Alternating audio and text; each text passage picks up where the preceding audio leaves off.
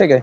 तो कमेंट्स के अंदर क्या होता है, ठीक है, कमेंट्स के अंदर क्या होता है कि जब हम कोई प्रोग्राम लिखते हैं या फिर कोई कोई पेज में कुछ लिख रहा प्रोग्राम बना रहे होते हैं या फिर कोई पेज डिजाइन कर रहे होते हैं, तो कमेंट्स हम अपने अपने लिए प्लस दूसरे डेवलपर के लिए जो हमारे साथ काम कर रहे हैं उनके लिए लिखे जाते हैं, ताकि उन्हें पता चले कि उस पर्टिकुलर टैग के अंदर या उस पर्टिकुलर हिस्से के अंदर जो आप प्रोग्राम या कोड कर रहे हो, उस टैग के अंदर या उस प्रोग्राम के अंदर किस तरह का कोड लिखा हुआ है या वो क्यों लिखा हुआ है, किस चीज के लिए लिखा हुआ है, मतलब कि एक प्रकार से इंफॉर्मेशन।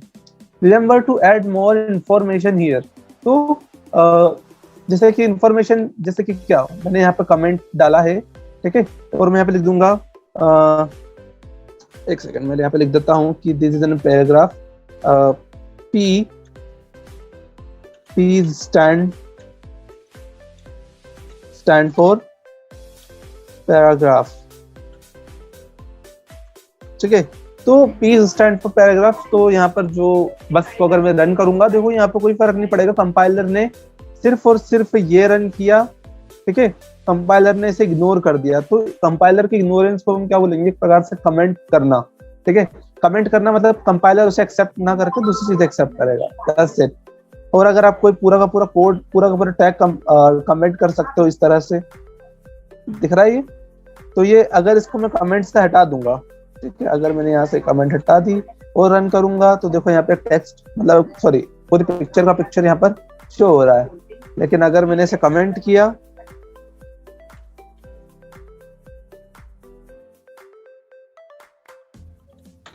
और फिर रन किया, सी देयर इज नो आउटपुट। तो कमेंट में कुछ बताने लायक नहीं है, बस इतना ही था कमेंट। ओके, बढ़े आगे। हाँ, देयर इज कलर्स। तो कलर्स के बारे में आप लोगों को पता होगा, ठीक है, टोमेटो, ऑरेंज, ये कुछ यूं समझ लो कि 140 स्टैंडर्ड कलर नेम है जो HTML सपोर्ट करता है, ठीक है, ठीक है। तो ये पूरे कलर्स के नाम अगर आपको जानने हैं तो यहाँ से पूरा सपोर्ट का नाम देख सकते हैं। इतने सारे कलर के नेम हैं जो डायरेक्टली नेम से HTML रीड कर लेगा, डायरेक्टली नेम से। उसके लिए आपको ना तो कुछ कोई कोड लिखना पड़ेगा, ना उसके लिए आपको कोई डिटेक्ट करना पड़ेगा। डायरेक्टली अगर आपको उसका नाम याद है तो आप उसको उस नाम से यूज कर सकते हैं। जैसे कि येलो ग्रीन, अगर मैं इसे टेस्ट करूं कहीं पे, तो ना सिर्फ इसमें, कहीं पे भी, जैसे मैं यहाँ पे करता हूँ येलो ग्रीन, हो सकता है कि यहाँ पे कैरेक्टर्स पे कुछ इफेक्ट पड़े, मुझे पता नहीं है, ठीक है। मैं कौन सा कर रहा हूँ, ग्रे वाला, नहीं सॉरी, स्टेट ब्लू वाला। तो देखो स्टेट ब्लू वाला क्या हुआ, येलो ग्रीन कलर का चेंज हो गया। तो बस इनके कुछ नाम है, अगर आपको नाम याद नहीं रखना है तो, और ये एक पर्टिकुलर जगह आपको, आप इस पर देख सकते हो, इस पे आके बुकमार्क कर सकते हो अगर आपको नाम से ढूंढना है तो। इल्सवाइज हमारे पास सबसे बढ़िया ऑप्शन होता है कलर पिकर, जो W3 स्कूल ने बना के दिया है, ठीक है। इस पे क्लिक करो, ठीक है, और आपको जोन सा भी कलर, जिस प्रकार का भी कलर आपको चाहिए, उसका शेड, उसके हर प्रकार के शेड आपको यहाँ पे मिल जाएंगे। उस शेड को लिखने के 4 तरीके देगा वो नाम।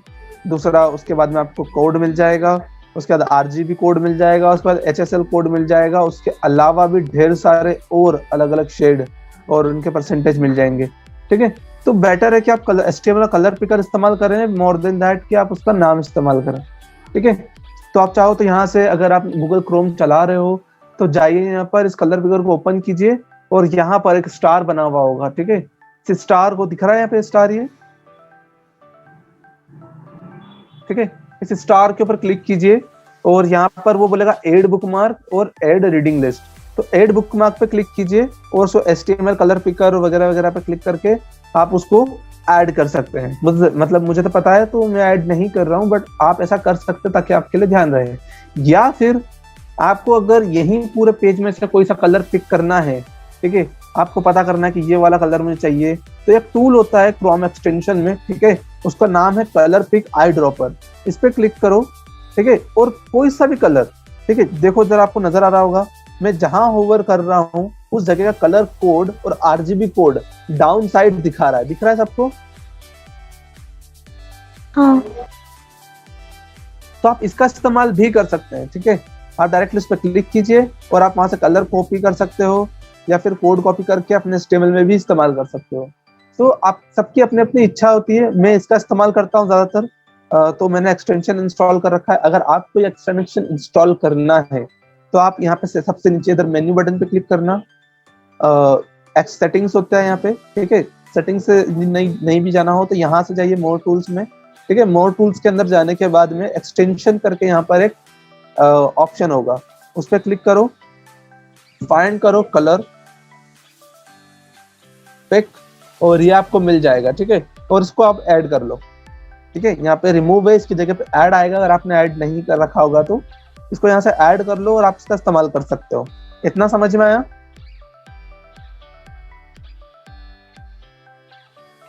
यहाँ तक किसी को प्रॉब्लम है? क्लियर है? नहीं। ठीक है, तो अभी हम यहाँ से आगे बढ़ते हैं, ठीक है।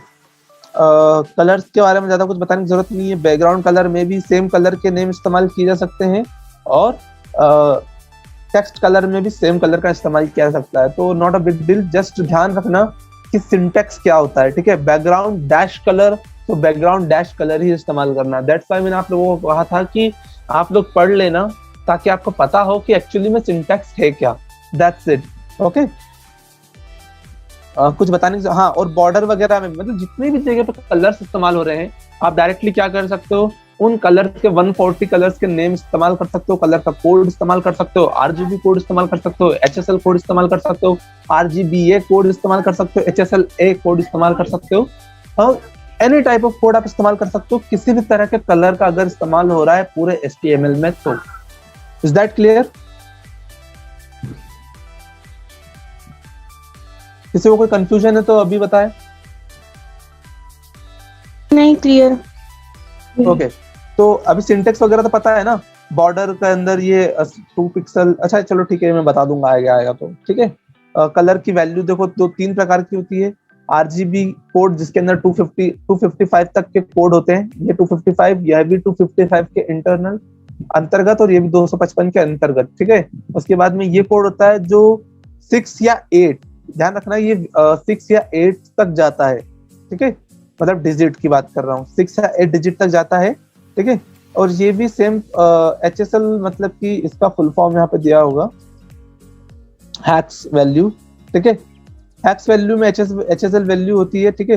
तो हैक्स वैल्यू में क्या होता है कि परसेंटेज के हिसाब से चलाया जाता है कि जो पर्टिकुलर कलर है उसको कितना परसेंटेज देना है, उसको कितना परसेंटेज शो करना है, एटसेट्रा, ठीक है। दिख रहा है यहाँ पे कि यहाँ पे देखो उसने HSL जो A है, A is stand for transparency, ठीक है। तो देखो यहाँ पे 50% ट्रांसपेरेंसी है इस पर्टिकुलर कलर की, तो यहाँ पे A की वैल्यू को इन्होंने 0.5 यानी कि 50% ट्रांसपेरेंट दिखाया है।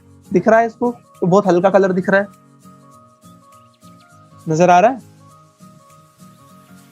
हाँ। अभी इसमें कोई प्रॉब्लम है? इसको ट्राई करके देखना तो ज्यादा अच्छे से समझ में आएगा, ठीक है। R की वैल्यू यानी रेड की वैल्यू शुरू में रिस्पेक्टिव वैल्यूज है सारी, ठीक है। R की वैल्यू ये है 255, ग्रीन की वैल्यू ये है 99, ब्लू की वैल्यू ये है 71 और ट्रांसपेरेंसी कितनी है 0.5। क्लियर है? ये है अल्फा बीटा गामा के लिए इस्तेमाल किया जाता है, ठीक है। अल्फा चैनल के लिए उसके चैनल्स के नाम एक बार देख लेना। हैक्स की वैल्यू में चैनल्स के नाम किस लिए इस्तेमाल किए जाते हैं, दैट्स इट। इसके अलावा कुछ और बताने जैसी चीज नहीं है, ठीक है। HSL में एक बार देख लेते हैं। HSL का फुल फॉर्म क्या है? U सैचुरेशन और लाइटनेस, ठीक है। अभी समझ में आ गया HSL क्या है? U is a degree on color wheel from 0 to 360। मतलब कि एक उन्होंने व्हील बना रखा है कलर का, ठीक है, जो 360 डिग्री के लिए है। तो U is nothing but a degree of the color।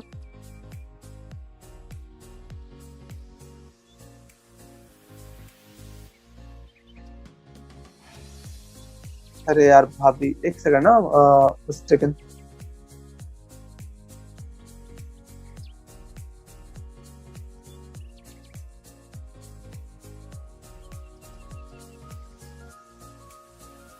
आवाज आ रही है? एक सेकंड, मेरा कॉल था तो इंटरनेट बंद हो गया। मैं 1 मिनट। ठीक है, अभी कोई प्रॉब्लम आ रही है? आवाज आ रही है ठीक से? क्लियर। ठीक है, इतना समझ में आया क्या है HSL वैल्यूज? वैसे HSL वैल्यूज में लिखता नहीं हूँ मैं, RGB में प्रेफर करता हूँ। RGB यानी कि red green blue plus hex values, that's it. आप इन दो का इस्तेमाल करो, और कलर का इस्तेमाल भी मैं नहीं करता। मैं इन दो चीजों का इस्तेमाल करता हूँ, नेम्स का भी इस्तेमाल नहीं करता। ज्यादातर हम लोग यही इस्तेमाल करेंगे आगे भी फ्यूचर में, तो हमें इसी पे ध्यान देना है। ठीक है, आप इन दो का इस्तेमाल करना अच्छे से सीख लीजिए, और पता होना चाहिए कि ये कैसे इस्तेमाल किया जाता है, दैट्स इट। क्लियर है? क्लियर। किसी को कुछ प्रॉब्लम? एनीवन? नहीं, क्लियर है। ओके, अब हम बात कर लेते हैं CSS की। देखो CSS है ना, मेरे ख्याल से HTML से कई ज्यादा मायने रखता है। ठीक है, और CSS ज्यादा बड़ा है HTML से। प्लस CSS के बिना HTML हमारा बेकार है, तो CSS बहुत इंपॉर्टेंट है। इसे पढ़ना तरीके से, मतलब कि मैं यूं कहूंगा कि इसे ध्यान से पढ़ना। ठीक है, अपन इसको बहुत आराम से चलाएंगे ताकि आप लोगों को समझ में आए। ठीक है, क्योंकि इसके अंदर 4 मेजर टॉपिक ऐसे हैं जो अगर आपने ठीक से नहीं समझे तो आपको CSS 50% आपके समझ में नहीं आएगी। मेजर टॉपिक में से सबसे पहले मैं आपको नाम बता देता हूँ।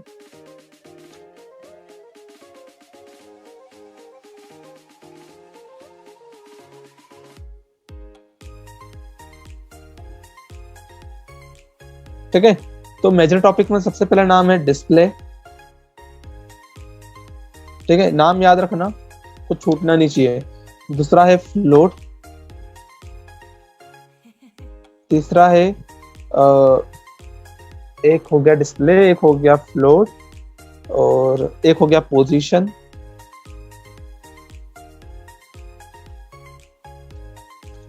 और एक हो गया फ्लेक्स बॉक्स।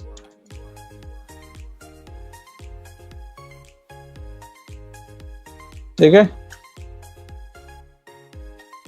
ये 4 चीजें ऐसी जो बहुत मेजर है, और मतलब बहुत मेजर मायने रखती है हर चीजों को। डिस्प्ले, जो ये फ्लेक्स बॉक्स है, ये डिस्प्ले का ही हिस्सा है, लेकिन इसको अलग लिया जाता है। ठीक है, ये डिस्प्ले का ही हिस्सा है लेकिन इसे अलग लिखा जाता है क्योंकि ये खुद में ही एक बड़ा टॉपिक है। ठीक है, तो CSS में ये 4 चीजें ऐसी रहेगी जो आपको बहुत ध्यान से समझना पड़ेगी। अगर ये 4 चीज आपको समझ में आ गई, CSS में मुश्किल से कोई आपका हाथ पकड़ पाएगा, ऐसा मुझे लगता है।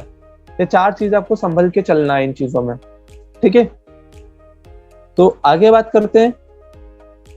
तो कलर्स मेरे को फिर से नहीं बताना इसके अंदर। ठीक है, मैं फिर से नहीं बताऊंगा। ठीक है, अब सीधी सी बात कर लेते हैं इंटरनल, एक्सटर्नल और इनलाइन की। मैं पहले बता चुका हूं वैसे तो, लेकिन मैं फिर से एक छोटा सा एक्सप्लेनेशन देना चाहूंगा। वैसे मैं पूछूंगा किससे, सोनाली मुझे बताओगे जरा इंटरनल, एक्सटर्नल और इनलाइन CSS क्या होता है? ओके।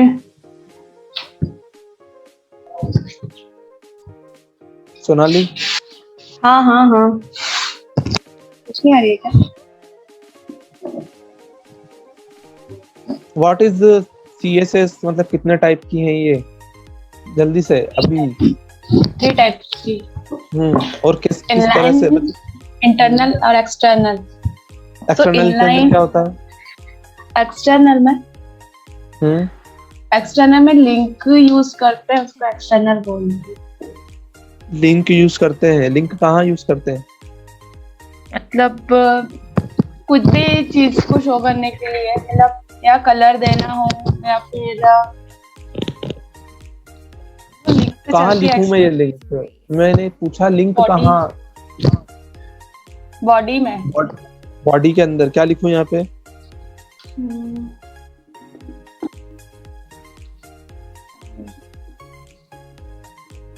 मैंने एक्सटर्नल पढ़ी है। पढ़ना तो ये CSS में आया तो था। हाँ, वो बस इतना ही समझ में आया मुझे कि लिंक यूज करनी। अच्छा, शोभा, will you explain please? हाँ कर रही हूँ। इनलाइन सीएसएस क्या होता है, जब हम टैग के अंदर जो लिख रहे थे, जैसे H1 की हमें टेक्स्ट की कलर चाहिए ब्लू, तो हम कलर स्टाइल एट्रीब्यूट लेकर कलर लिखकर उस कलर का नाम लिखा, तो वो हुआ इनलाइन। और इंटरनल सीएसएस ये होता है कि जब हम स्टाइल टैग दे देते हैं सीएसएस की ही, मतलब सीएसएस एचटीएमएल के ही पेज में ही मतलब जब कोडिंग करते हैं कहाँ पे देना चाहिए? हेड में। हेड में, ओके ठीक है, आगे। और एक्सटर्नल सीएसएस का यूज हम ना एक सीएसएस का फोल्डर बना लेते हैं, उसको लिंक करते हैं, फिर देते हैं। ठीक है लिशा, और कुछ अच्छे से एक्सप्लेन करना चाहोगी इसमें? वही इनलाइन जो रहता है वो एट्रीब्यूट्स जो रहता है, मतलब जैसे पैराग्राफ लिया है तो उसी के अंदर अपन स्टाइल वगैरह देते हैं, तो वो इनलाइन होता है। ओके। और इंटरनल जो अपन हेड में स्टाइल के अंदर देते, और एक्सटर्नल में अपन जो फाइल रहती है सीएसएस की फाइल बनाते हैं और उसको एचटीएमएल की फाइल में लिंक करते हैं, वो हेड में। ओके ठीक है। रिया? हाँ, क्या करना है? एक्सप्लेन, एक मिनट मुझे आवाज नहीं थी, क्या एक्सप्लेन करना है? हाँ तो सीएसएस के टाइप, सीएसएस के 3 टाइप्स होते हैं, इंटरनल, इनलाइन और एक्सटर्नल। इनलाइन सीएसएस जब अपन किसी भी टैग के अंदर स्टाइल एट्रीब्यूट के अंदर उसकी वैल्यूज देते हैं, जो भी अपन को देनी है वो इनलाइन होती है। और एक्सटर्नल सीएसएस वो होती है जब अपन सीएसएस का एक सीएसएस की स्टाइल जो फाइल होती है उसको एक अलग फोल्डर में रखते हैं और उसको लिंक कराते हैं, उसकी लिंक हेड टैग में देते हैं, हेड के अंदर देते हैं। और वो हो जा दो ठीक है। इनलाइन माइक और इंटरनल सीएसएस। ठीक है, मेरी बात सुनो। तुम्हें पता है, मुझे ठीक है तुम लोगों को पता है, लेकिन मैं चाह रहा था कि तुम लोगों से कोई प्रॉपर वर्ड्स का इस्तेमाल करें। ठीक है, अगर कोई पूछता है सीएसएस के बारे में तो आपका एक प्रॉपर आंसर आपका सामने वाला जो व्यक्ति जो सवाल पूछ रहा है आपसे उसको सेटिस्फाइड कर सकता है। ठीक है, तो इन केस अगर आप ऐसा जवाब दोगे तो आपसे और 2 सवाल पूछ सकता है उस सवाल को वो सेटिस्फाइड, उसके जवाब को सेटिस्फाइड बनाने के लिए वो, तो ऐसा मत करो। ठीक है, तुमको पता है, अपन हम लोग जानते हैं, ठीक है, आप लोगों को अच्छे से पता है, बट उस सवाल का जवाब ऐसे दो कि उसको दोबारा पूछना ना पड़े। ठीक है, सबसे पहली बात तो ये कि इनलाइन टैग, इनलाइन सीएसएस उस टैग के, जिस इनलाइन सीएसएस क्या होती है, पर्टिकुलर टैग के ही एट्रीब्यूट के अंदर एक स्टाइल नाम का एट्रीब्यूट होता है, उस स्टाइल नाम के एट्रीब्यूट के अंदर ही उसकी सीएसएस को राइट किया जाता है उस पर्टिकुलर टैग के लिए, केवल उस पर्टिकुलर टैग के लिए। और अच्छे से सुनना चाहते हो ऐसा बोल सकते हो, एक पर्टिकुलर टैग के लिए जब हम सीएसएस लिखते हैं, एक इनलाइन सीएसएस, तो उसके ही एट्रीब्यूट, स्टाइल नाम के एट्रीब्यूट के अंदर हम उसकी सीएसएस को राइट करते हैं। इंटरनल सीएसएस उसी डॉक्यूमेंट में, जिस पेज को जो एचटीएमएल डॉक्यूमेंट है, उसी डॉक्यूमेंट के अंदर हम हेड के अंदर एक स्टाइल टैग लिया जाता है और उस टैग के अंदर उस पर्टिकुलर डॉक्यूमेंट की पूरी सीएसएस राइट की जाती है, उसे कहते हैं इंटरनल सीएसएस। और जब भी हम कोई भी सीएसएस दूसरी प्लेस से, दूसरे फोल्डर से, दूसरे सर्वर से या सेम फोल्डर से इंपोर्ट कराते हैं हमारे पर्टिकुलर डॉक्यूमेंट के लिए, तो उसको बोलते हैं एक्सटर्नल सीएसएस। अभी बात क्लियर है? हाँ, समझ में आई बात? तो अगली बार अगर तुमसे कोई पूछता है तो प्रॉपर उसका जवाब देना। ठीक है, तो ऐसा रहेगा कि सामने वाले को भी समझ में आ जाएगा, कि उसको पता चल जाएगा कि हाँ आपको ठीक से पता है। ठीक है, ऐसी गलतियां मत करना कि मतलब ऐसा समझाने बैठोगे तो बहुत टाइम लग जाएगा और हो सकता है सामने वाला फिर भी सेटिस्फाइड ना हो तो फिर और सवाल पूछे हो। ठीक है, तो मेरे ख्याल से इस सीएसएस के बारे में ये बताने की जरूरत नहीं है। ठीक है, बॉर्डर पता है, चला के देखिए तुम लोगों ने बॉर्डर, अभी तक किसी को पता नहीं है तो बताओ मुझे। ठीक है, क्या होता है बॉर्डर में लिशा? में अपन जैसे जो भी अपन टेक्स्ट लिखते हैं उसके आइट साइड अगर बॉर्डर देनी है तो वो, जैसे इसमें बोला है solid Okay. Powder blue colour है तो वो 2 पिक्सल की मतलब बॉर्डर बन जाएगी। ओके, तो क्या ये सिर्फ टेक्स्ट के ऊपर चलता है? नहीं, मतलब चला सकते हैं और टेक्स्ट पे भी चल सकता है, इमेजेस वगैरह पे भी कर सकते हैं। ओके, तो मेरा ये पूछना है, क्या ये सिर्फ मतलब इस सभी पे चला सकता हूँ या पर्टिकुलर कुछ टेक्स्ट पे चला सकता हूँ सिर्फ? सभी मैंने पे तो चल बस सकता टेक्स्ट के लिए चलाया हैगा अभी तो। यही तो आप लोगों को ट्राई करना है। देखो, ये लिमिटेड चीजें नहीं है, ठीक है? अपने दिमाग का जो मतलब वो क्या बोलते हैं उसे, लिमिट है ना, जितने आपने लगा के रखी है कि इसको जितना दिया है उतना ही करना है, ऐसा मत करो। उसको है ना जाने दो, उसको फैलने दो, अपने दिमाग की सोच को मतलब चलने दो। अगर वो सोच रहा है कि क्या ऐसा होगा, ट्राई करो। नहीं होगा तो देखा जाएगा। मुझसे पूछना क्यों नहीं हो रहा, हो सकता है मुझे पता हो सकता है नहीं पता हो, तो हम पता करेंगे, ठीक है? कुछ नहीं होगा, चला के देखो उसे, 10 चीजों को अलग अलग तरीके से चला के देखो, कोई फर्क नहीं पड़ता, ठीक है? उन्हें इस्तेमाल करके देखो। पी पे चला के देखा, H1 पे चला के देखो, बॉडी पे चला के देखो, इमेज पे चला के देखो, वीडियो पे चला के देखो। चलाओगे तो पता लगेगा कि ये इसके अंदर ये भी कर सकते हैं। अगर आप नहीं चलाओगे तो आपको कैसे पता लगेगा, ठीक है? समझ में आ रही है मेरी बात? उसको जितना हाँ। दिया है सिर्फ उतने से काम मत चलने दो, जितना दिया है उससे कहीं ज्यादा करके देखो, ठीक है? ठीक है। अभी ट्राई करना। अच्छा, आप किसी को मार्जिन और पेडिंग पता है क्या? ये चीज यहाँ पे लिखी है, पढ़ो 2 सेकंड, मैं जरा पानी पी लेता हूँ। पढ़ो और मुझे बताओ जरा क्या होता है। ये मैं आप लोगों से इसलिए पूछ रहा हूँ क्योंकि सीएसएस सच में आपको ज्यादा समझने की जरूरत है।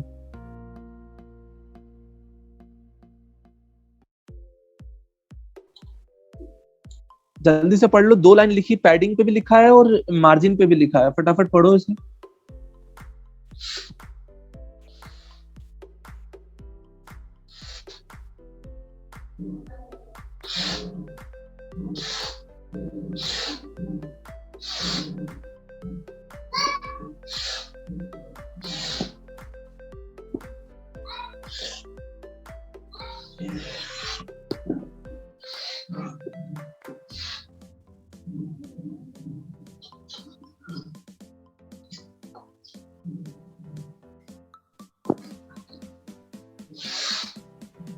चलो, कौन बता रहा है? गाँव में बताऊं? कौन, नाम बोलो, बताऊं मैं, मुझे यहाँ पे सोनाली। ऐसे आवाज समझ। सोनाली बोलो। जो पैडिंग होती है ना, वो इनर साइड के स्पेस को छोटा बड़ा करती है विदाउट आउटसाइड स्पेस को अफेक्ट करते हुए, और मार्जिन ना आउटसाइड की स्पेस को अफेक्ट करती है, इनर स्पेस को नहीं करती है। ओके, और कोई कुछ बोलना चाहता है इस बारे में? नहीं, मैंने बॉर्डर तो यूज करा, पैडिंग नहीं यूज किया है, तो मुझे इसके बारे में ज्यादा पता नहीं। क्यों शोभा, क्यों यूज नहीं किया? मैंने बोला भी था और पूछा भी था कि 3 बार तो मैंने बोल चुकी कि मुझे पैडिंग ही समझ में नहीं आ रही है। हाँ, नहीं समझ में, वो ठीक है, पर किया तो है ना इस्तेमाल। नहीं समझ में आई थी तो नहीं किया था फिर मैंने। अच्छा, ऐसा हुआ, मतलब मैं इस्तेमाल, अच्छा पढ़ाई, अच्छा समझ में ही नहीं आया पढ़ने में तो इस्तेमाल नहीं किया, ऐसा कहना चाह रहे हो? हाँ। ठीक है, और कोई? टेक्स्ट और बॉर्डर के बीच की जो स्पेस रहती है उसमें हम उसके लिए हम पैडिंग यूज करते हैं, और मार्जिन जो रहती है जो भी मार्जिन उसके मतलब जो बॉर्डर देते हैं उसके बाहर का वो रहता है, मतलब आउटसाइड देखते हैं उसका, इसलिए ओके, मार्जिन। रिया, ठीक है, अच्छा है। और रिया?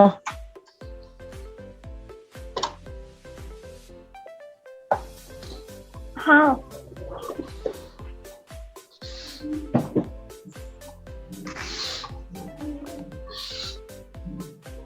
पैडिंग सो रही हो क्या? क्या आवाज आ रही है मेरी हाँ, आवाज? आ तो रही है, पर सो रही है क्या? नहीं, जल्दी बता। अब ऐसे कैसे एक्सप्लेन करूँ? बॉर्डर और टेक्स्ट के बीच में अगर अपन कोई भी टेक्स्ट लिखा है और अपन ने उसमें बॉर्डर लगाई, तो बॉर्डर से अगर अपन पैडिंग देंगे तो पैडिंग बॉर्डर से लेके टेक्स्ट के बीच में जो भी डिस्टेंस रहेगी, अपन उसमें कितनी भी बॉर्डर दे दो, 30 पिक्सल दे दो या 1 REM बॉर्डर नहीं पूछा है यहाँ पे, डिस्टेंस वहां पे रहेगी। पैडिंग और मार्जिन की बात हो रही है यहाँ पे, हाँ, बॉर्डर पर मैं बता रही हूँ, तो मैं मुंह से ऐसे ही एक्सप्लेन कर पाऊंगी। अब वो देख, चलो ठीक है, छोड़ो, ठीक है छोड़ो, अब ये समझाना पड़ेगा तुमको, इससे इसको क्या हो गया। ठीक है, ओके, तो अब मैं इसको समझा देता हूँ अच्छे से। ठीक है, देखो सोनाली ने बहुत साफ शब्दों में कहा, ठीक है, और बहुत ही सिंपल वर्ड्स थे उसके। ठीक है, उसके शब्द थे कि padding is nothing but a internal spacing. ठीक है, एक पर्टिकुलर टैग के अंदर की स्पेस। ठीक है, और मार्जिन जो उसके आउटर की स्पेस है, उस पर्टिकुलर टैग के आउटसाइड की स्पेस। दैट्स इट, इसके अलावा आपको कुछ समझने की जरूरत है भी नहीं। ठीक है, तो अगर मैं आपको ऐसे समझाऊं, ठीक है, कि आपने एक एलिमेंट लिया जो कि इतना बड़ा है। ठीक है, एक एलिमेंट ले लिया जो इतना बड़ा है। ठीक है, और उस एलिमेंट के बाद में आपने उसको टेक्स्ट, मान लो कि कुछ आपने कुछ CSS दे रखी है और वो टेक्स्ट के अंदर, उसके अंदर लिखा है A। ठीक है, आपने बॉर्डर दी ब्लैक कलर की, तो ये वहां पे बॉर्डर अप्लाइड है।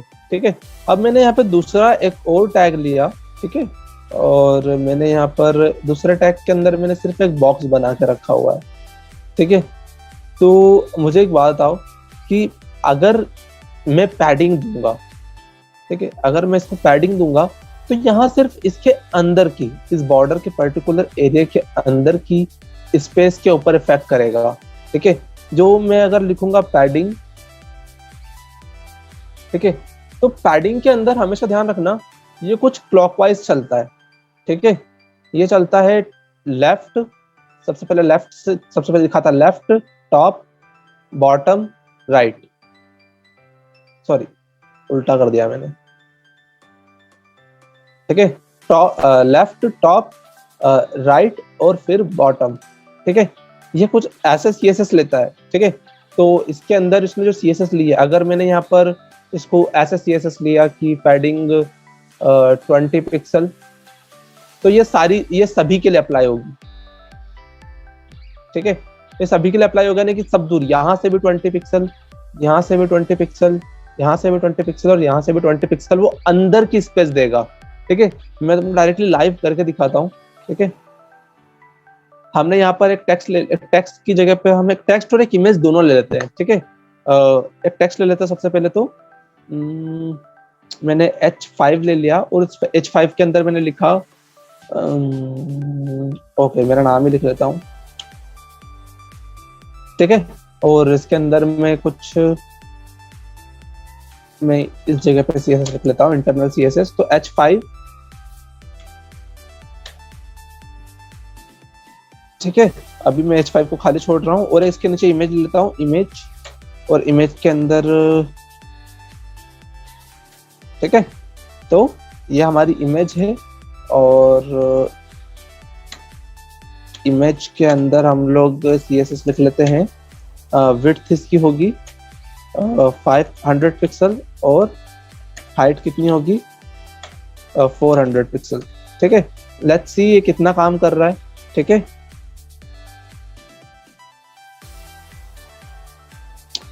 सी, ठीक है, तो इसको मैं आधा आधा कर लेता हूं ताकि नजर आए अच्छे से। ठीक है, तो इतना काफी है। ठीक है, हाइट भी मैंने ज्यादा ले ली, 300 बहुत रहेगी। ठीक है, और जो F5 है, H5 की जगह मैं इसको कर देता हूँ H2, थोड़ा बड़ा दिखाई देगा ताकि। ठीक है, ओके, नाउ अब हमको ये कैसे पता लगा कि इंटरनल स्पेसिंग बढ़ रही है या एक्सटर्नल स्पेसिंग बढ़ रही है? तो हम क्या करते हैं, H5 के ऊपर एक बॉर्डर ले लेते हैं। ठीक है, और बॉर्डर के अंदर देखो, मैं ऐसा करता हूँ, बॉर्डर को 2 पिक्सल, ठीक है, 2 पिक्सल और सॉलिड, और सॉलिड के बाद में मैं ब्लैक कर लेता हूँ उसे। ठीक है। H5 की जगह ये काई पे इस्तेमाल होगी, H2 पे। ओके, तो देखो अभी आपको नजर आ रहा है। ओके, और मैं इसकी डिस्प्ले भी क्या करता हूँ, इनलाइन कर लेता हूँ, ताकि नहीं इनलाइन कर देते हैं। ठीक है, तो देखो अभी मैंने इसके ऊपर लिया। ठीक है, अब इसको अगर मैं ऐसे इंस्पेक्ट करूंगा, ओके, और इंस्पेक्ट करने के बाद में मैं इसके ऊपर ऐसे रख रहा हूं, तो मार्जिन को छोड़ के नीचे इमेज दिखा रहा है। दिखा है, इमेज के ऊपर कोई मार्जिन नहीं है, मार्जिन जो आपकी एकदम चिपक रही है। ठीक है, तो अगर मैं S2 के अंदर मार्जिन उसकी खत्म कर दूं, मार्जिन 0, तो हम देखेंगे कि H2 से आपका इमेज चिपक चुका है। दिख रहा है? हाँ। दिख रहा है, एकदम चिपक चुका है। तो अब हमें क्या करना पड़ेगा, तो हम सबसे पहले क्या करते हैं, थोड़ी सी अंदर की स्पेसिंग बढ़ाते हैं। अंदर की स्पेसिंग मतलब क्या, पैडिंग। ठीक है, तो हमने पैडिंग लिया। ठीक है, तो पैडिंग टॉप से हमने कितना बढ़ाया, 10 पिक्सल। देखो उधर देखना, जो हम चेंजेस कर रहे हैं उस पर भी ध्यान रखना है। ठीक है, 10 पिक्सल ऊपर से खसक गया। देखो अंदर से बॉर्डर के और इसके बीच में थोड़ी स्पेसिंग नजर आ रही है। हाँ। ठीक है, अब मैंने पैडिंग लिया, पैडिंग बॉटम, वहां से भी 10 पिक्सल खत्म कर लिया और बढ़ गया। अब लेफ्ट से भी सेम एज वेल। ठीक है, राइट से भी 10 पिक्सल और पैडिंग लेफ्ट से भी, लेफ्ट किधर गया पैडिंग, लेफ्ट से भी। Okay, 10 pixel. देखो चारों तरफ से 10 पिक्सल। अब पैडिंग कैसे समझेंगे कि पैडिंग क्या है, आप जब इसके फिर से होवर करोगे तो देखो जो अंदर जो ग्रीन कलर की स्पेस दिखा रहा है, गौर से देखना। ठीक है, ग्रीन कलर की स्पेस डिनोट करता है उसकी पैडिंग को, और लाल कलर की जो स्पेस डिनोट करता है किसको, मार्जिन को। तो आपको पता लग जाएगा कि जो स्पेस आ रही है वो मार्जिन से आ रही है या फिर पैडिंग से आ रही है। तो अभी आपको दिखाई दे रहा है ये स्पेस कैसे आ रही है, दिख रहा है, ये पैडिंग से आ रही है। और अगर हम बॉडी को देखेंगे तो देखो बॉडी के आसपास एक है ना रेड कलर की लाइन है, तो वो काय के लिए, वो किस वजह से आ रही है, मार्जिन की वजह से, मार्जिन ना की वजह से। हाँ। ठीक है, तो अगर आप कभी डिजाइन करते हो कुछ और ऐसा कुछ होता है कि आपकी जो चीजें खसक नहीं रही है या फिर फालतू की स्पेस आपको दिखाई दे रही है, तो आप उस पर ऐसे इंस्पेक्ट करो उसे और माउस को होवर करके देखो उस पर्टिकुलर एलिमेंट पे कि स्पेस आ क्यों रही है, मार्जिन की वजह से आ रही है, पैडिंग की वजह से आ रही है। तो आपको जब वो प्रॉब्लम पता लगेगी तो आप उस प्रॉब्लम को कैसे सॉल्व करोगे, फिर आप उसकी मार्जिन यहाँ से, अब आप देख रहे हो कि यहाँ चिपक रहा है तो आपको पता है मार्जिन नहीं है, तो आपने जैसे यहाँ से मार्जिन हटाया और सेव किया, वो मार्जिन दे देगा और आपको स्पेस भी दे देगा। आपकी प्रॉब्लम सॉल्व हो जाएगी और आप खुद ही सॉल्व कर पा रहे हो। समझ रहे हो इस बात को? ठीक है, अब मार्जिन को हम कम ज्यादा भी कर सकते हैं। पहले पैडिंग को खत्म करते हैं। ठीक है, अब मैंने ऐसे 4 CSS लिखी, कितनी 4 CSS लिखी है, 4 CSS, top right bottom left सब चीजों के लिए, राइट। अब मैं इसको एक लाइन में भी लिख सकता हूँ, कैसे, पैडिंग। ठीक है, सबसे पहले पैडिंग लेफ्ट, सबसे पहले मैं 0 0 से स्टार्ट करता हूँ, 0 पिक्सल 0 पिक्सल 0 0 पिक्सल 0 पिक्सल। ठीक है, देखो अब सब दूर से 0 0 पिक्सल हो चुका है। तो मैंने आपको बताया था कौन कौन सी पिक्सल्स होते हैं। सबसे शुरू में क्या इस्तेमाल किया जाता है, लेफ्ट, टॉप, राइट और देन बॉटम। ठीक है, तो स्टार्ट करते हैं लेफ्ट से। देखो लेफ्ट से हो रहा है क्या, मैंने 10 पिक्सल किया है यहाँ पे, नहीं है तो टॉप से हुआ।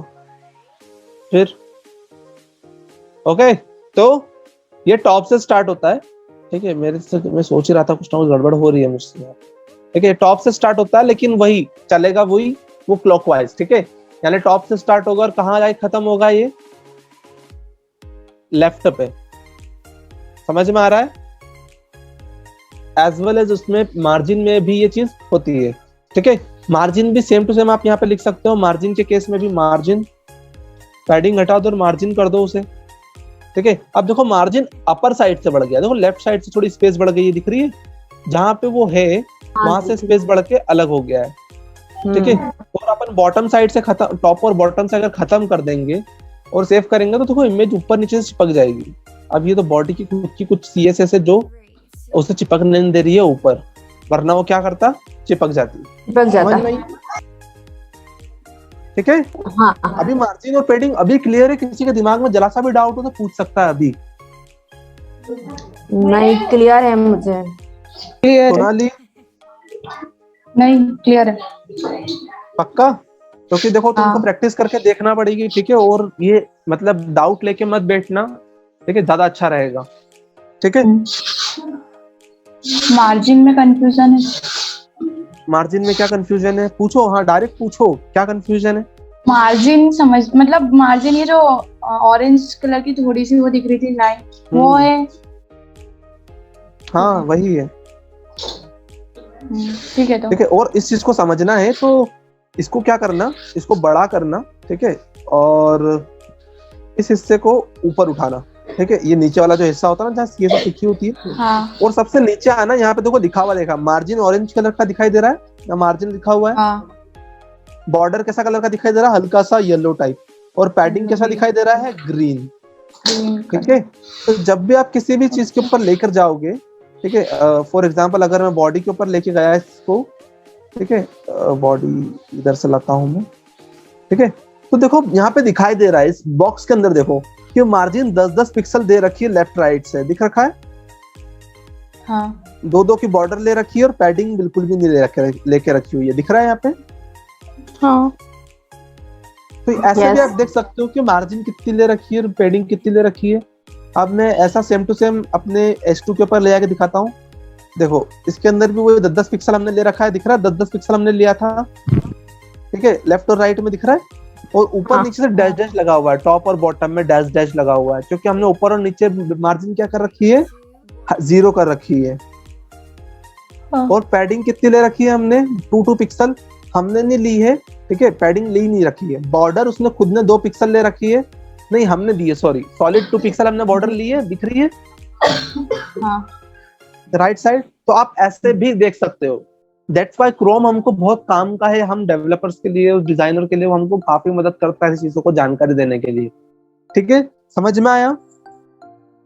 अभी क्लियर है सब कुछ या और भी कुछ बताना है इसके अंदर? नहीं, क्लियर हाँ है। क्लियर। सोनाली ऑल क्लियर बेटा? हाँ या निंजा बन गई अभी से ही? नींद तो नहीं आ रही है? नहीं। ठीक है, तो आगे बढ़ते हैं। ओके, CSS मार्जिन पैडिंग हो गई, एक्सटर्नल CSS हो गई, इंटरनल CSS हो गई, ठीक है? और फॉन्ट फैमिली वगैरह ये तुम चला के देखना खुद, ओके? ये वाली, लेकिन अभी और आएगा, ये सारी चीजें आएगी CSS के पूरे ट्यूटोरियल में आ जाएगी सारी की सारी चीजें। लेकिन ट्राई करना, कलर दे के फॉन्ट फैमिली तो रहने देना, फॉन्ट साइज ट्राई करना, बॉर्डर ट्राई करना, मार्जिन पैडिंग ट्राई करना। समझ में आ गया? ठीक है, हाँ। लिंक्स की बात कर लेते हैं। HTML लिंक आपको सबको पता है, हाइपर लिंक क्या होती है? हाइपर रेफरेंस इसका फुल फॉर्म है, ध्यान रखना, ठीक है? Hyper reference, okay? तो हाइपर लिंक मतलब यहाँ पे URL भी दे सकते हैं, ये पता है आपको ऑलरेडी, राइट? कैसे देते हैं ये भी पता है आपको, तो यहाँ पे भी कोई बिग डील नहीं है कि कुछ बताना पड़े, ठीक है? हाँ, और इसके अंदर बस एक चीज है, वो आपको दिखा देता हूँ मैं, जो आपको पता होनी चाहिए, ठीक है? देखो क्या होता है, लिंक HTML क्या करता है, खुद कुछ चीजें प्रॉपर्टी रख के रखता है ताकि यूजर समझ पाए कि एक्चुअली क्या है, ठीक है? कभी आपने गूगल खोला है? एक सेकंड में गूगल खोलता हूँ, गूगल, और मैंने गूगल खोल करके मैंने कुछ सर्च किया, जैसे क्या सर्च करूं मैं? Says university, okay? अब आप अगर गौर से देखें तो आपको ये वाली लिंक हल्की से पर्पल नजर आएगी और ये वाली link same to same blue नजर आ रही है। किसी कोई देख पा रहा है? हाँ क्यों आ रहा है ऐसा, कोई बताएगा? जो पर्पल लिंक है ना विजिटेड है। That's right, okay? तो वो क्या बता रहा है यहाँ पे कि unvisited link is underline and blue. जो अनविजिटेड लिंक है, ठीक है, वो क्या हमेशा अंडरलाइन रहेगी, दिख रहा है अंडरलाइन, ठीक है? वैसे तो अंडरलाइन यहाँ पे भी आता है, पहले ऐसा होता था कि यहाँ अंडरलाइन आता ही नहीं था, अब तो ये भी आने लगा है, ठीक है? तो ये क्या है, विजिबल रहेगी, ठीक है, और ब्लू रहेगी। और विजिटेड लिंक भी अंडरलाइन, अच्छा अंडरलाइन नहीं रहेगी, ठीक है, विजिटेड लिंक भी अंडरलाइन रहेगी बट पर्पल कलर की, ठीक है? और एक्टिव लिंक क्या होता है, ठीक है? एक्टिव लिंक किसने देखी है अभी तक?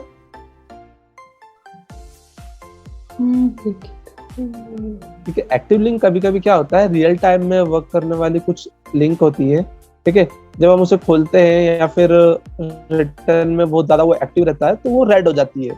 किसी किसी केस में ही ऐसा होता है, ठीक है, तो बहुत ज्यादा मतलब इसको समझने की जरूरत नहीं है, ठीक है। तो उसने बस उसका एग्जांपल दिया है यहाँ पे। हम विजिट कर चुके W3 स्कूल तो वो पर्पल दिखा रहा है, ठीक है।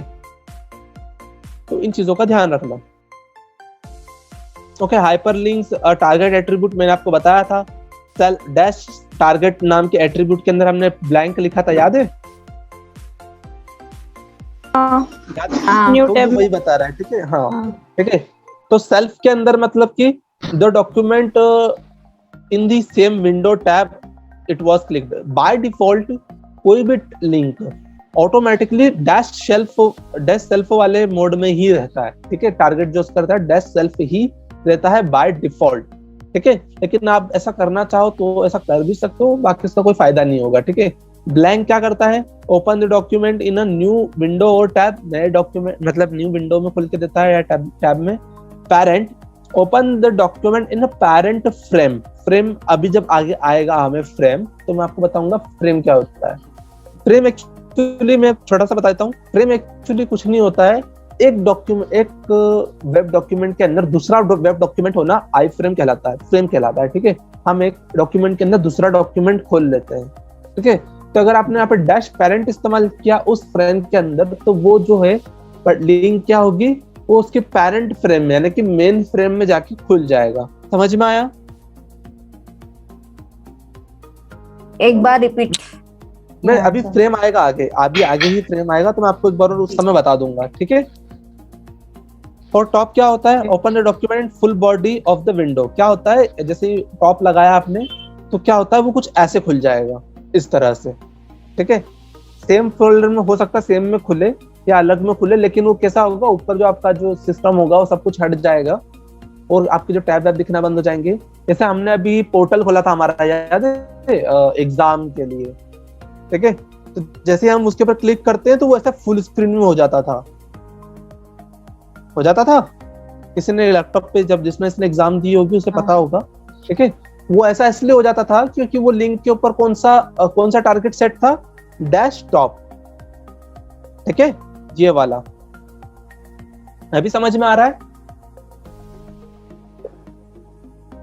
हाँ। हाँ। तो आगे बढ़ते हैं।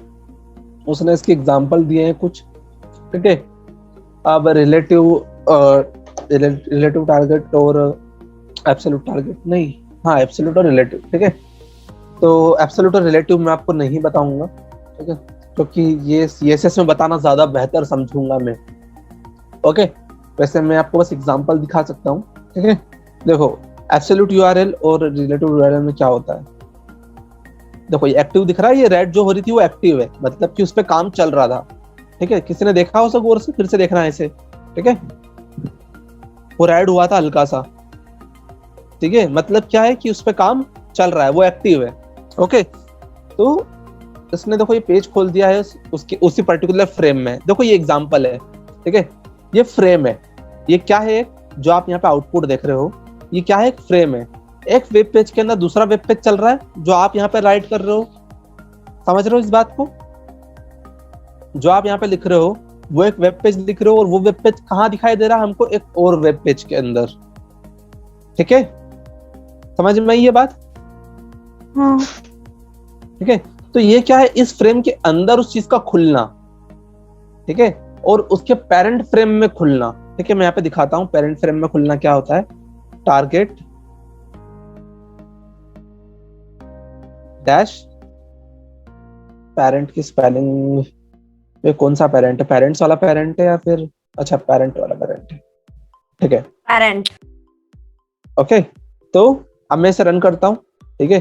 अब देखो क्या होता है, ये देखो पर्टिकुलर पेरेंट फ्रेम में खुल गया। उस फ्रेम में नहीं खुला जिसमें खुलना चाहिए था, लेकिन किस फ्रेम में खुला, जिस फ्रेम में हम काम कर रहे थे। समझ में आया अब ये एग्जांपल? हाँ। ठीक है, अब टॉप, एक बार टॉप भी ट्राई कर लेते हैं, ठीक है। टारगेट डैश टॉप रन, और ओके, इसमें लिया नहीं, पता नहीं क्यों। ठीक है, वो ऐसा ही होता है, शायद ये नहीं ले रहा है। ओके ओके ठीक है, एक बार हम फिर से ट्राई मार लेंगे हमारे रिपोर्ट वाले सिस्टम में, ठीक है, जब हम CSS ट्राई मारेंगे। ठीक है, तो एब्सोल्यूट यूआरएल और रिलेटिव यूआरएल क्या होती है? देखो रिलेटिव यूआरएल, ठीक है, मैं इसको एग्जांपल में नहीं बताऊंगा क्योंकि ये ना क्या होता है, एब्सोल्यूट यूआरएल और relative URL it's nothing but वो क्या करता है, पर्टिकुलर पेजेस को खोलता है रिलेटिव में, और एब्सोल्यूट यूआरएल कहा गया है जो किसी अनादर, जो किसी अनादर सर्वर की किसी और लिंक को खोलता है। जैसे दिख रहा है यहाँ पे हाइपर रेफरेंस में, दिख रहा है यहाँ पे, ये कहाँ पे HTTPS पे सेट है, ठीक है, और रिलेटिव यूआरएल कहाँ सेट है, ये पर्टिकुलर उसी फोल्डर में, यानी कि ये पर्टिकुलर पेज जहाँ चल रहा है उसी फोल्डर में रखा हुआ कोई सा पेज है। ठीक है, दिख रहा है? हाँ। तो समझ में आया रिलेटिव और एब्सोल्यूट।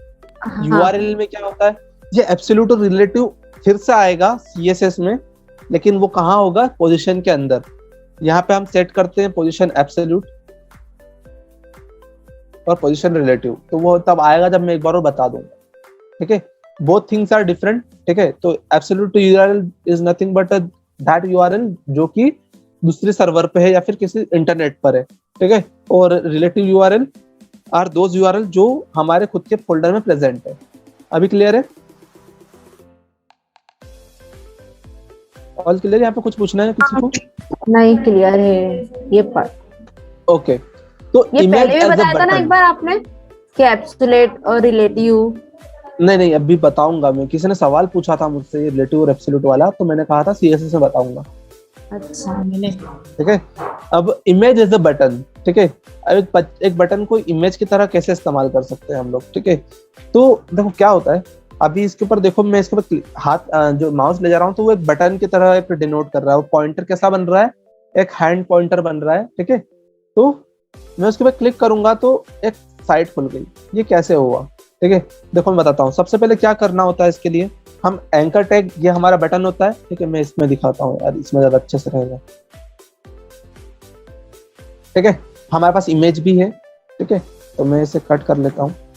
ओके, तो अब देखो क्या है, मैंने इसे बंद कर दिया कि मैंने यहाँ पे एंकर टैग लिया, और एंकर टैग के अंदर मैंने यहाँ पे लिख दिया HTTPS और डैश डैश डैश, और यहाँ पे लिखा www.google.com।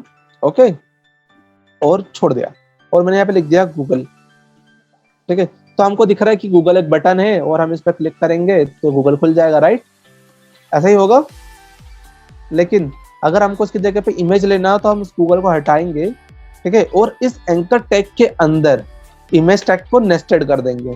ठीक है, अब इसकी साइज वगैरह मैं डिक्लेयर कर देता हूँ थोड़ा सा। ठीक है, IMG इमेज ले ली मैंने, इमेज, और दोनों की साइज मैंने कैसे कर दी है, 50 पिक्सल।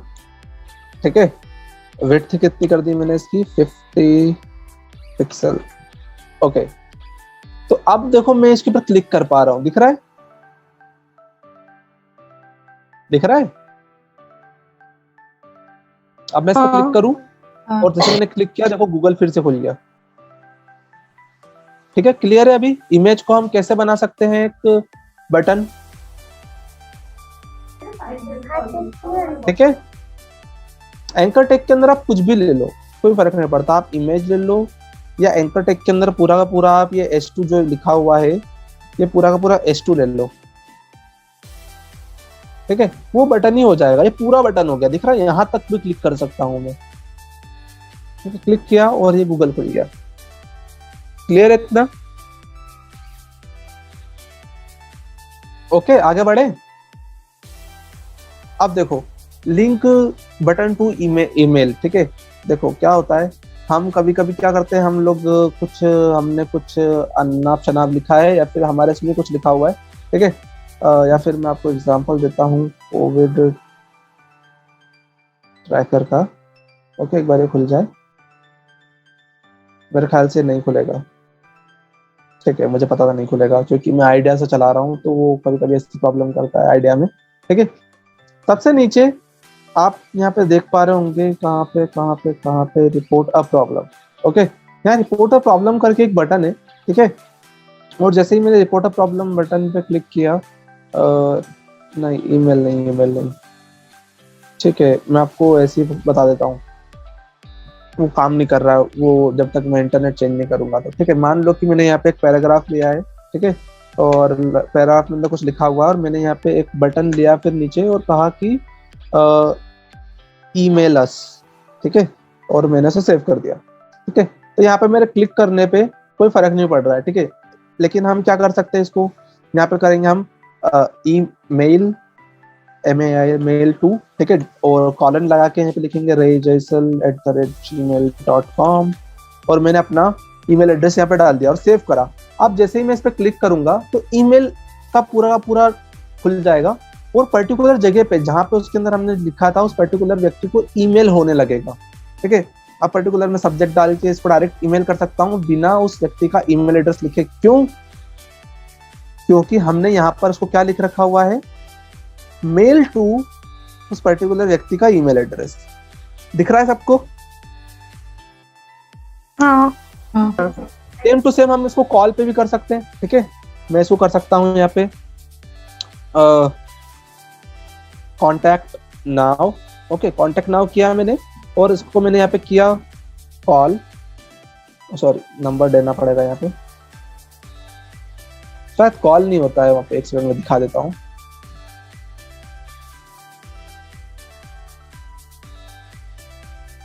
ओके, किधर गया वो? ओके, मैं ट्राई मार कर देख लेता हूँ। मुझे जहाँ तक याद है कि कॉल नहीं होता है वो, लेकिन मैं करता हूँ एक बार। ठीक है, कॉल का 9584889110। ठीक है, और मैंने सेव किया और मैंने, ठीक है, ओके, सही कह रहा था मैं। एक्चुअली वो कुछ और बटन है, मैं अब भी हाल बता देता हूँ आपको। ठीक है, फिर से वही खोलना पड़ेगा मुझे।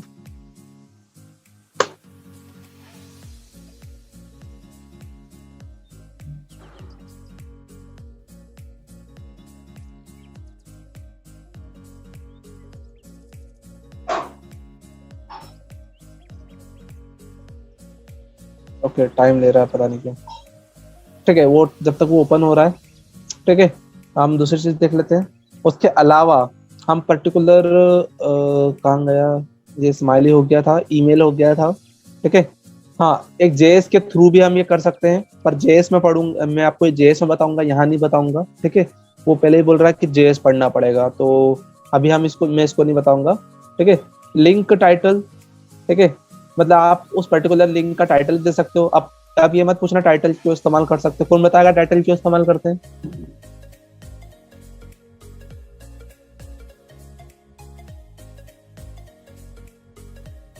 तो बताएगा? वो एक पर्टिकुलर टैक्स रहता है, उसके ऊपर छोटा सा आइकन छोटा सा दिखता है मार्क, उस पर क्लिक करो तो ले जाओ। टूल टिप कहते हैं। टूल टिप टाइटल भी तो बोल रहा था। हाँ, लेकिन उसको टूल टिप कहते हैं कि टूल टिप नजर आता है, ऐसा बोलेंगे। ठीक है, होवर करने पर जो टूल टिप नजर आता है उसे हम टाइटल टैग के अंदर, टाइटल एट्रीब्यूट के अंदर हम लिखते हैं। ठीक है, ठीक है।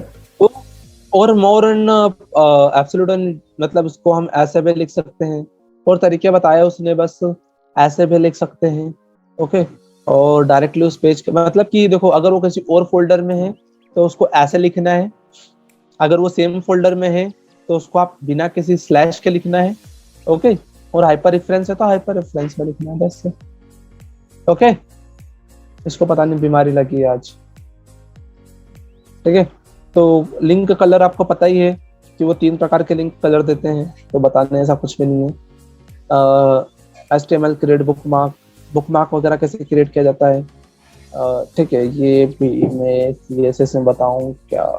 ठीक है, मैं अभी बता देता हूँ, लेकिन उसके लिए मुझे पूरा पेज बनाना पड़ जाएगा। तो बोलो, मैं अभी बताऊं क्या वाली चीज? बता ही देता हूँ, चलो ठीक है।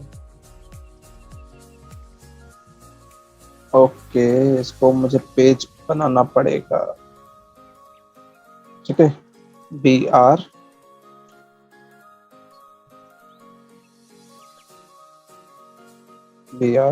और BR।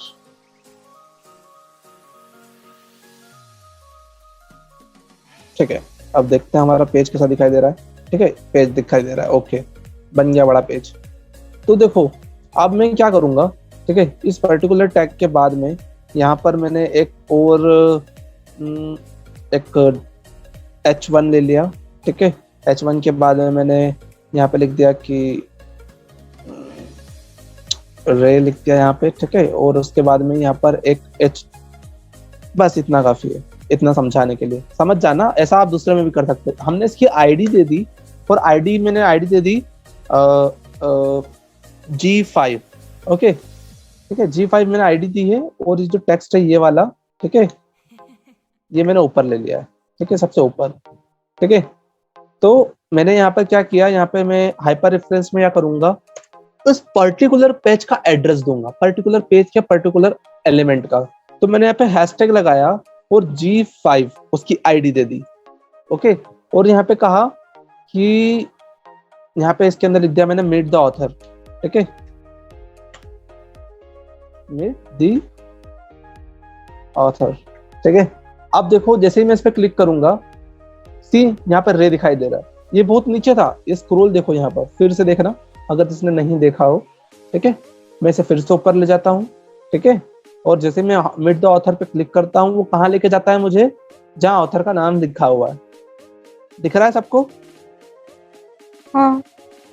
तो आप एंकर टैग का इस्तेमाल ऐसे भी कर सकते हो, पर्टिकुलर पेज के अंदर ही मैपिंग कर सकते हो। समझ में आया ये, या किसी को कंफ्यूजन है इसमें?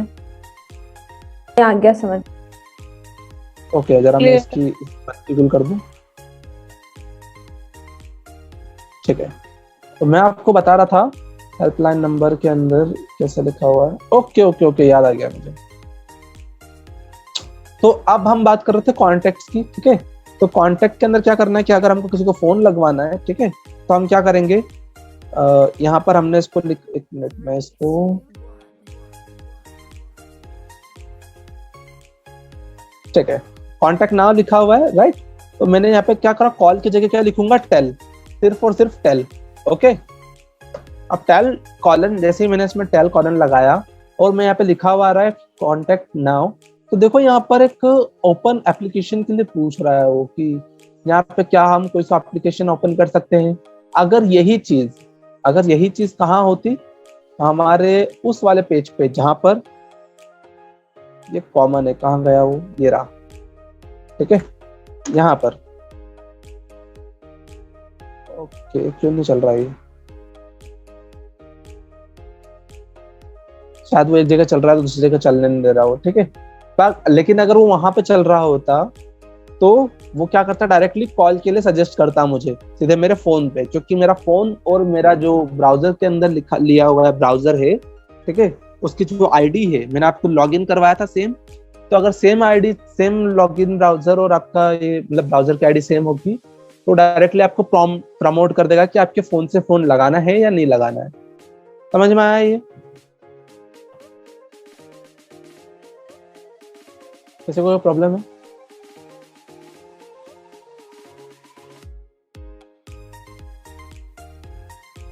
हेलो, हाँ किसी को कोई प्रॉब्लम है? देखो मैं एक बार फिर से करके दिखा देता हूँ, देख लेना। कॉन्टेक्ट नाउ पे मैंने क्लिक किया और देखो यहाँ पे मुझे इस तरफ ऑप्शन दे रहा है, जियोमी फोन से मैं फोन लगा सकता हूँ, ठीक है। अगर मैंने इस पे क्लिक किया तो मेरे वाले फोन से फोन लग जाएगा जो मैं अभी यूज कर रहा हूँ, ठीक है। दिख रहा है सबको ये? हाँ हाँ दिख रहा है। तो ये चीज करने के लिए हमें क्या करना पड़ेगा, सिर्फ और सिर्फ यहाँ पे जब भी हम उनको कांटेक्ट करवाना है तो यहाँ पे टेल कॉलन और फिर नंबर दे देंगे बस, ओके। जिसको कॉल करना उसका नंबर देंगे। हाँ, जिसको कॉल करवाना है, हमने यहाँ पे लिखा ना कॉन्टेक्ट नाउ। अगर हम यूजर से चाहते हैं कि यूजर हमको फोन कर पाए तो हम यहाँ पे डायरेक्ट कॉन्टेक्ट नाउ और हमारा नंबर दे देंगे, ठीक है। इससे यूजर को नंबर दिखेगा भी नहीं, लेकिन वो क्या कर सकता है, एक क्लिक पे वो हमें फोन लगा सकता है, ठीक है। क्लियर है? हाँ क्लियर है। ये सारी चीजें ट्राई करके देखते रहना, ठीक है, वरना समझ में नहीं आएगी, ठीक है। तुम्हें प्रैक्टिस ही करना पड़ेगी हर चीज की, ठीक है। हाँ। अब हम बात कर लेते हैं इमेजेस की। HTML में इमेजेस क्या चीज है, तो बताना पड़ेगा क्या इमेजेस के बारे में। मैं बता चुका हूँ, अल्टरनेटिव टेक्स्ट बता चुका हूँ, इसके एट्रीब्यूट विड्थ और हाइट के एट्रीब्यूट बता चुका हूँ, URL कितने टाइप से लिख सकते हैं वो बता चुका हूँ। तो बताना पड़ेगा क्या इमेज मुझे फिर से। किसी को जरूरत लग रही है क्या? कोई भी बोल सकता है। इमेज मैप को एक बार ओपन करना। हाँ, image map image map. Okay, ये समझाऊंगा आपको। ऐसा इमेज मैप में आपको समझा दो। सीएसएस में समझाऊंगा। देखो क्या होता है, पर्टिकुलर इमेज के अंदर हम क्या कर सकते हैं, उनके कोऑर्डिनेट्स का इस्तेमाल करके, ठीक है, उस पर्टिकुलर इमेज को हम क्लिकेबल बना सकते हैं, उस पर्टिकुलर एरिया को, ठीक है। बट कोऑर्डिनेट्स पता करना इट्स वे टिपिकल थिंग, ठीक है। बहुत मुश्किल होता है एक कोऑर्डिनेट को पता करके उस पर्टिकुलर को बटन बनाना। तो मैं सजेस्ट नहीं करूंगा कि आप इसका इस्तेमाल करो, ठीक है, क्योंकि आप इसमें पूरा दिन लगा दोगे, तब तक भी आपसे कोऑर्डिनेट ढंग से बैठ जाए तो बैठ जाए, वरना ना भी बैठे, ठीक है। हाँ समझ में आ गया?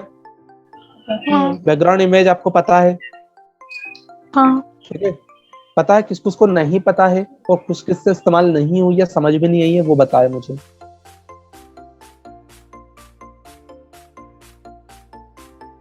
कोई है? ये तो आ गई थी बैकग्राउंड इमेज। सोनाली, रिया, लिशा, उस दिन तो आ गया। ऑल क्लियर है? ठीक है, लिखने का तरीका पता है? यू आर वो बैकग्राउंड शो इमेज। तो हो जाती है, बट ना बहुत ज्यादा एरिया कवर करती है। हाँ वो तो है, वो तो आपकी इमेज की साइज के ऊपर डिपेंड करता है, ठीक है। तो ये भी बताने से कोई मतलब नहीं है। आप पिक्चर एलिमेंट, ठीक है, अब पिक्चर एलिमेंट क्या होता है, पिक्चर के अंदर पर्टिकुलर उसको, ये भी मैं नहीं बताऊंगा अभी, ठीक है, क्योंकि ये अभी समझना, मिनिमम हाइट और मिनिमम विड्थ आपको अभी समझा पाना, मतलब मेरे लिए ज्यादा मुश्किल हो जाएगा। अगर मैं आपको सीएसएस के बाद में ये चीजें बताऊंगा तो आपको ये एक झटके में समझ में आ जाएगी एक्चुअली क्या हो रहा है यहाँ पे, ठीक है। तो ये चीज भी मैं उसी समय बताऊंगा जब मैं सीएसएस बताऊंगा, ठीक है। टेबल बताने की जरूरत है? क्लियर है। पता है ना, टेबल पता है ना क्या होता है? हाँ ये तो क्लियर है। टीआर पता है क्यों इस्तेमाल किया जाता है टीआर? रो के लिए ठीक है, और table TH heading, table heading के लिए। ठीक है। तो मेरे ख्याल से कुछ बताने की जरूरत है रिया और सोनाली? नहीं, नहीं, उनकी बॉर्डर वगैरह ऐसे इस्तेमाल किया जाता है, पता है ना? ये सब इस्तेमाल करके देख लेना एक बार, और नहीं समझ में आए और तो कल सुनो, फिर से पूछ लेना। ये डिफॉल्ट वो डबल बॉर्डर वाली आती है, ये कॉलअप्स हाँ बॉर्डर डिफॉल्ट वो डबल बॉर्डर की आती है, आपको उसको कोलैप करना पड़ता है, ठीक है। ठीक है। ओके, इसमें भी पैडिंग वगैरह ऐड कर सकते हैं। देख रहा है टीडी और टीएच में उसने पैडिंग ऐड करी होगी, तो देखो ये पर्टिकुलर जगह पे पैडिंग आ रही है, ठीक है। मार्जिन नहीं आ रही है, मार्जिन करोगे तो ये अलग अलग हो जाएगी, ठीक है, लेकिन क्या आ रही है, पैडिंग आ रही है, ठीक है। लेफ्ट अलाइन, राइट अलाइन आपको पता ही है, टेक्स्ट अलाइन लेफ्ट से स्टार्ट होगी, अलाइन राइट रखोगे तो राइट से स्टार्ट होगी। मैं करके दिखा देता हूँ एक बार, और राइट किया मैंने तो देखो राइट से चला गया, वो दिख रहा है। ऑल क्लियर है यहाँ पे? हाँ किया भी था। ठीक है। बॉर्डर स्पेसिंग 5 पिक्सल, इन सब की बॉर्डर के बीच में स्पेसिंग अगर आपको देनी हो, इच्छा ये रखते नहीं हो हो तो 5 पाया था, पता नहीं क्यों मेरे से। मैंने कितनी बार किया था, हो ही नहीं पाता। और तो मेरा टेबल, इसे बात सुनो, इसे है ना टेबल में दिया जाता है, ठीक है। कभी भी टीएच या टीडी में मत देना, इसे टेबल में ही दिया जाता है। 15 पिक्सल, 10 पिक्सल, या मैंने 5 पिक्सल दिया, ठीक है। और सी दिख रहा है? आपने क्या किया होगा, टीएच टीडी में दिया होगा, वहां मत देना, इससे सिर्फ और सिर्फ टेबल में दिया जाता है, पर्टिकुलर टेबल में, ठीक है। ठीक है। Okay, table cell that span many columns, ठीक है। तो स्पैन मतलब क्यों बताता है कि पर्टिकुलर जो कॉलम है आपका, ठीक है, उसने कितनी जगह, कितने कॉलम की जगह ले रखी है। तो आप उसको क्या सेट कर सकते हो, कॉल स्पैन 2। टेलीफोन नाम के पर्टिकुलर टेबल हेडिंग ने 2 कॉलम की जगह ली है, दिख रहा है 2 कॉलम की जगह? हाँ तो दिख रहा है। क्या सेट किया उसने, कॉल स्पैन 2। अगर मैं इसे हटा दूंगा तो क्या होगा, अब देखो, ठीक है। और ये एट्रीब्यूट है, ठीक है, इसे सीएसएस मत बनाना, ये क्या है, एट्रीब्यूट था, ठीक है। दिख रहा है ये एट्रीब्यूट, और ये काय का एट्रीब्यूट है, टीएच टीडी टीआर का एट्रीब्यूट है, टीआर का नहीं सॉरी, टीएच और टीडी का एट्रीब्यूट है, ठीक है। समझ में आ रहा है? ठीक है। तो हमारा टेबल के बाद में यहाँ पे कॉल स्पैन आ गया, और ऐसे ही सेम टू सेम क्या है, रो स्पैन है, जो बताता है कि इसने कितने रो की जगह ली है। दिख रहा है? हाँ दिख रहा है। यहाँ तक क्लियर है सब कुछ? आवाज नहीं। क्या क्लियर है? नहीं, एक और कोई बोला था, कुछ बोला था क्या कुछ? शायद उसको आवाज नहीं आ रही थी, सब कुछ बोल। आवाज नहीं आ रही। अच्छा, अभी आ रही है? हाँ ठीक है। तो कैप्शन, वैसे कैप्शन इस्तेमाल कर सकते हो, वैसे मैं इसका कुछ नहीं बोलूंगा इसके बारे में, ये तो खुद करके देखना, कुछ बताने लायक नहीं है। उसने सिर्फ कैप्शन का नाम का टैग लिया टेबल के अंदर, वो कैप्शन दिखा रहा है ऐसे, यहाँ पे कैप्शन लिखा हुआ आ रहा है, दिख रहा है सबको? हाँ ठीक है, तो बताने की जरूरत नहीं है। ठीक है।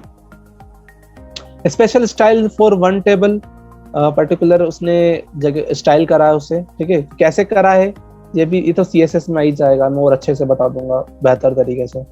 ठीक है, फिर भी एक बार खुद ट्राई मार के देखना हमारे CSS स्टार्ट करने से पहले।